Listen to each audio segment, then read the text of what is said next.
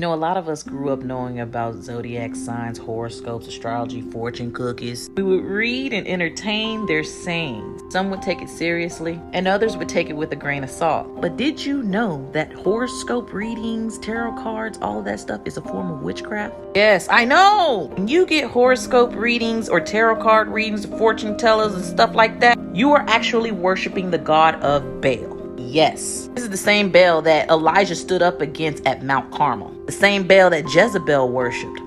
Go read the story at 1 Kings chapter 18, starting at verse 20, where Jezebel killed all the prophets of God, flooded the town with prophets of Baal, and disconnected the Israelites with the Lord their God. And if that's not enough, let's have a look at the first commandment that Moses wrote down on the tablet. You shall have no other gods before me. And spoiler alert, when the God of Israel was put up against Baal, I'm gonna tell you right now, Baal didn't come through for his people. And just in case you're still on the fence, even if you think you can get better results from Baal than you can the Lord our God, let me tell you something, honey.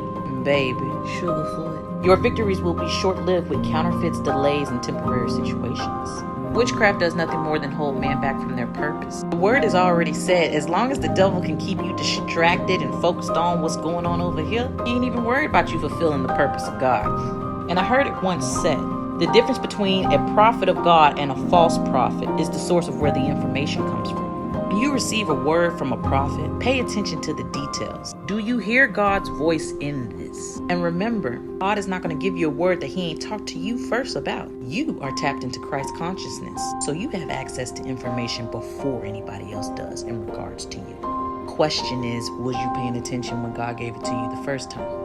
Now keep in mind, when you ask for anything from Baal, yes, it will come quickly in your life. But whenever you ask for something that's not in the will of God, and in God's perfect timing, you will always lose it or spend it just as fast as you get it. When you rely on the Jehovah Jireh, the God of Israel, the one that sits high and looks low, you can bet your bottom dollar that everything that the Lord God brings into your life is not only just long lasting, but it's perfect timing. Check out the story at Exodus chapter 7, verses 8 through 12, when Aaron's staff turned into a snake, and Pharaoh's prophets attempted to perform the same miracle. Just as quickly as they threw their staffs down and they turned into snakes, was just as quickly as Aaron's snake devoured those other two snakes. Because who was going to stop him? It's the Lord our God. Again, counterfeits. There is no opposite to God. He's just God. The I am that I am. When you try to force your plan into God's will, you are always going to come up short.